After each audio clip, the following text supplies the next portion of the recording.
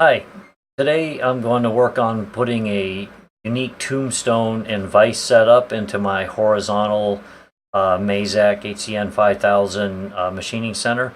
We're going to be using our MTS simulation software and using TopFix, and we're going to have to create a unique work holding inside of that machine. So my goal is to use this steel tombstone that I have in CAD. And we're going to use this older chick vise and some jaws, center jaw and some movable jaws in order to hold apart. We don't have this already in the simulation software, so we're going to have to do that. I start out by saving each of the files that I want to bring into the software as a VRML. We'll start off with our steel tombstone. The reason that we like VRML as opposed to STL is because it's a little bit cleaner model and we get the colors. So it's very simple. We'll say save as. I'm going to go ahead and put it on the desktop and we're going to save it as a vrml.wrl file. We'll put it just on our desktop. Save, and I already have it, so it's dark at me, but so we save that, and we do the same thing for each of the things that we want to bring into the simulation software. So I go to the MTS home screen, I select the machine and controller combination that I'm looking for, and we'll go into the simulator and we'll start a new setup. So here we're going to create a new program, and I'm just going to call it Steel Tombstone, and OK. So we'll go right into our workpiece and clamping device. We're just going to do this on pallet number 1. This is a 2-pallet machine, but we'll work on pallet number 1, and I'll just use a simple cube. In a later video, we'll show you how to create some unique workpieces the same way we're going to create these clamping devices. And we're just going to make this guy 6 by, I don't know, 2 inches in Z and Y, maybe 5 inches. Block of material there, and to give it a little bit of color, we'll say it's bronze, so we have a nice color too. There we go. So we've got our workpiece, and now we're going to go into our clamping.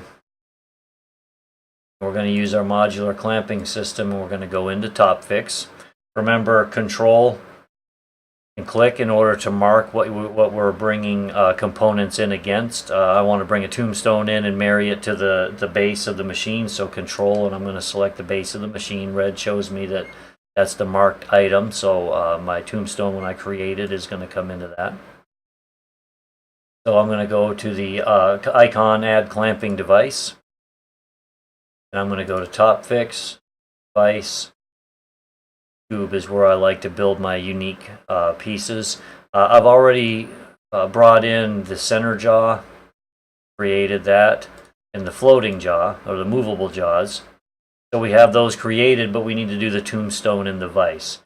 To do that, we have to go into an administrative mode. So I'm going to click File, Administration, and then again File, and Import Cad Data. I go to my desktop, which is where we already are, and I'm going to choose the WRL file, Steel Tombstone import that we just saved, and open that. First, I'm going to set my attributes. Modular clamping, fixture base is good, and base plate and OK. And let's call this support. Okay, so we set our attributes, and now we have to define plugs and sockets. Now we don't want to have to guess where the tombstone goes and where the things clamp to it. Plugs and sockets allow us to snap different clamping devices together in their correct location, just as if you were keying the jaw in the center, sliding on the slide. So we're going to define plugs and sockets. So we have our tombstone model.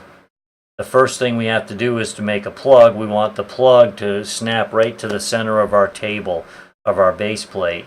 So the file will come in with a plug assigned to the CAD origin. Here the CAD origin is somewhere up in the middle, so we're going to delete that automatically generated plug. We're going to add one. And we're going to put that right in the middle of the bottom. So I'm just going to select, you can see there's points I can select at each of the ends of lines.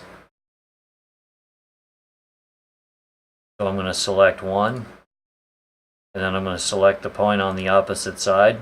If I'm not certain I've got the center, I can just keep going. I can select one here, and as you can see, it kind of finds the mathematical center of those points. So now I've got an X marks the spot, so to speak.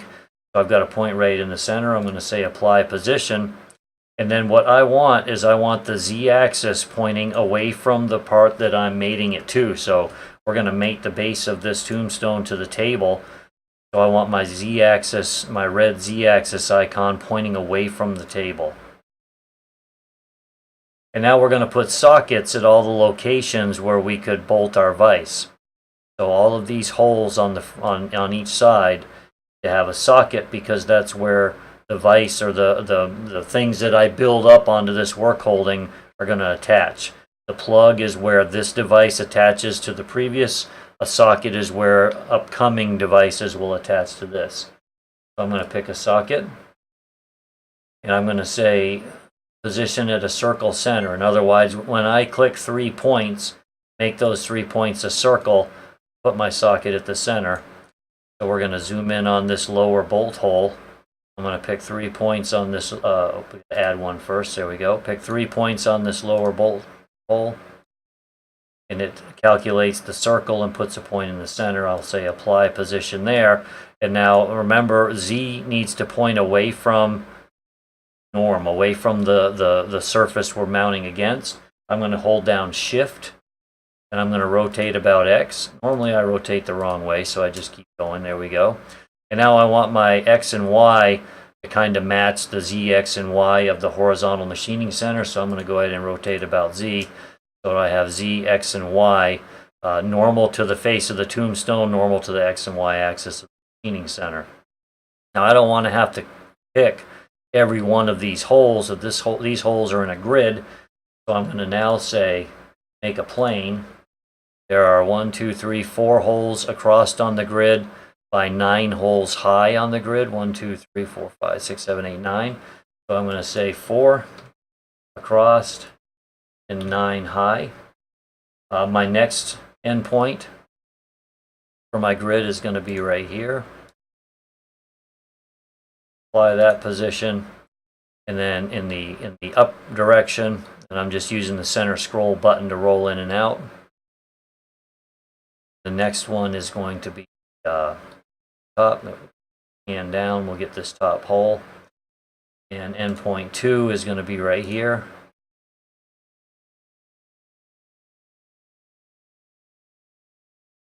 And got all 3, apply position, so now I have this grid of holes. Now I also need to get these 3 holes in these 2 holes, so we're going to add another one. I'm going to select the top one since they're in view, here, here, here. Apply that position, add another one, we'll go here, here, here, and apply this position. And then we have our 3 holes on the bottom. So we'll add another one.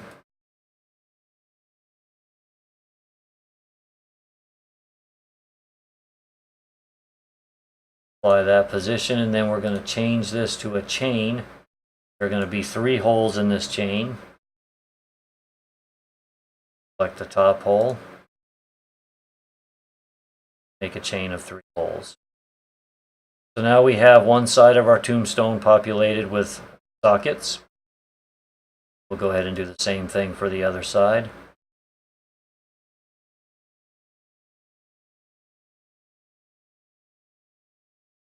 Add a position.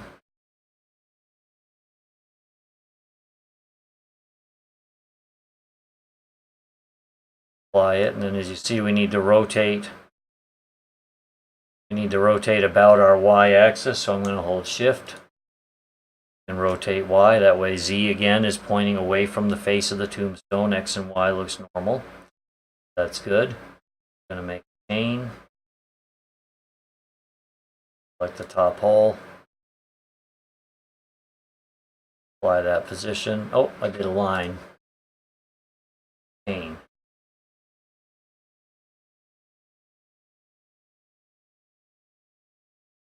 Oh, my mistake.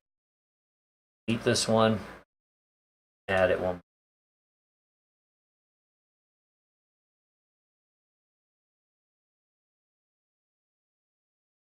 Apply this position. And date about our y-axis. 9. We need 3 holes in that. 3.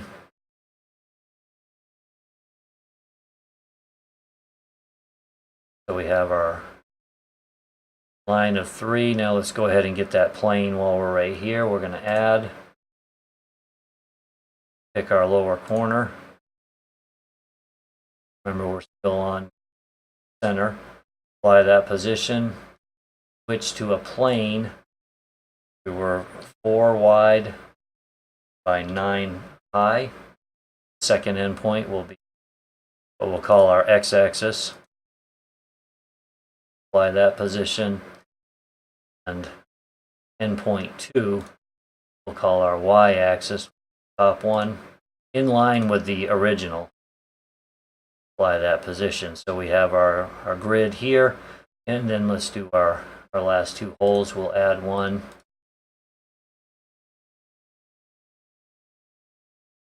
Apply position there, add one more.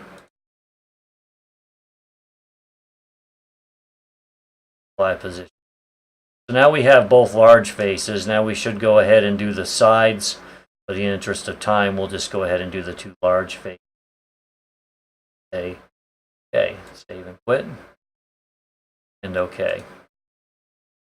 Now we have our tombstone. So we're going to do our vise the same way, but let's go ahead and put this in place and make sure it looks okay. So we'll quit there. We'll select our steel tombstone. Accept that. And now our steel tombstone is able to snap. As you see the little yellow marks, those show our plugs and our sockets.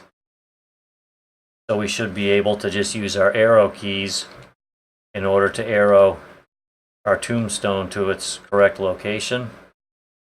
Using the arrow keys on the keyboard. Also, if I want to, I can hold down the space bar.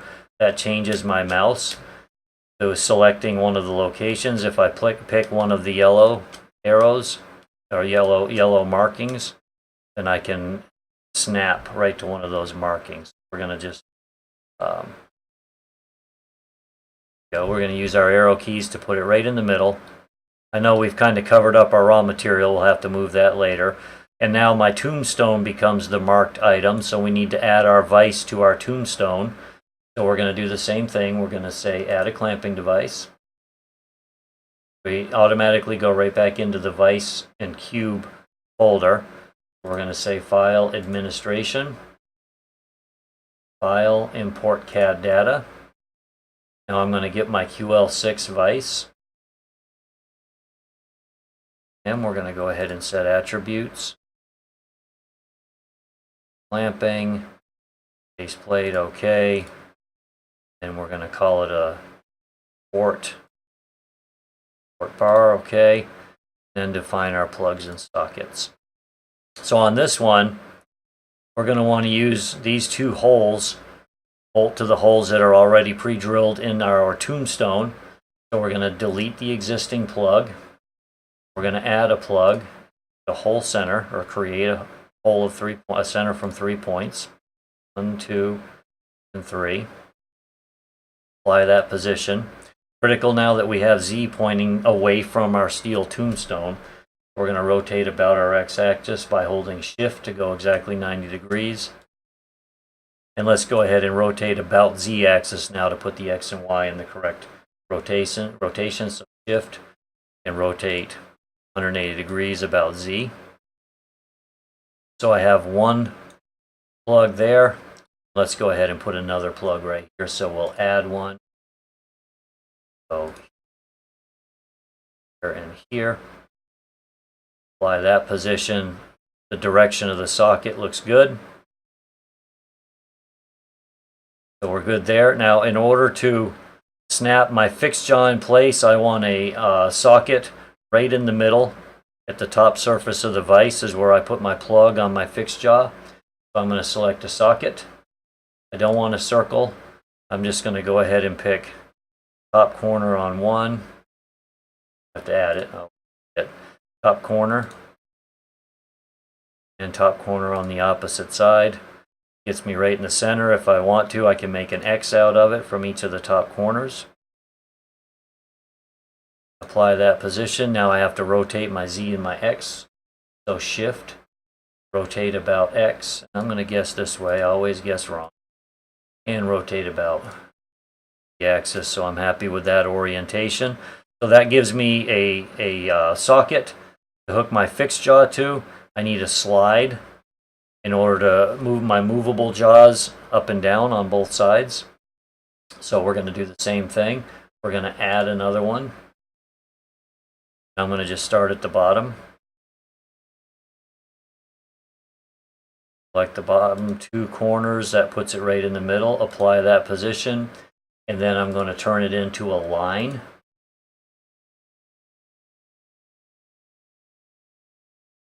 Pick the top corners. Apply that position. Now I have a line of travel at the center of my vise for my movable jaws. Accept that. Okay. Now I have my base for my vise. Close that. Accept my QL6 as my vise. And we just need to use our arrow keys that vise to the proper position. Be able to move up, I believe. So now that vise is bolted on location exactly as it would be on my machine. All of the key holes are lined up properly. The vise is the latest thing that I brought in, so it becomes my marked item.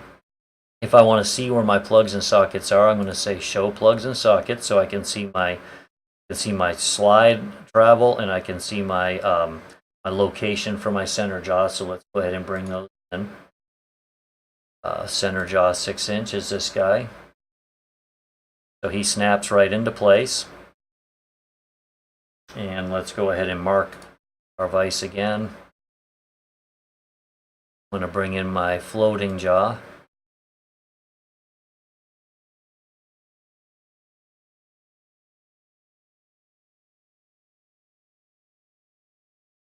Shift an arrow key will move it along a little bit quicker. We'll put it on the top of the tombstone.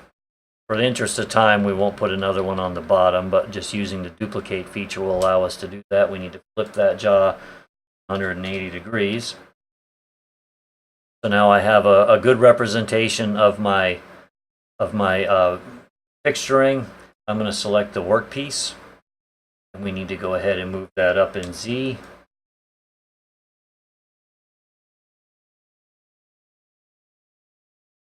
And we need to move it Y plus, bring it out in Y. See it, get it located properly.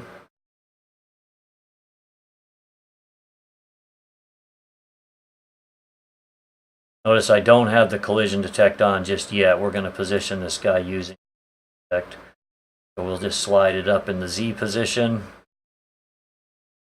And then use our collision detect to get it mated in those jaws properly. I'm holding down Shift, clicking the positive button.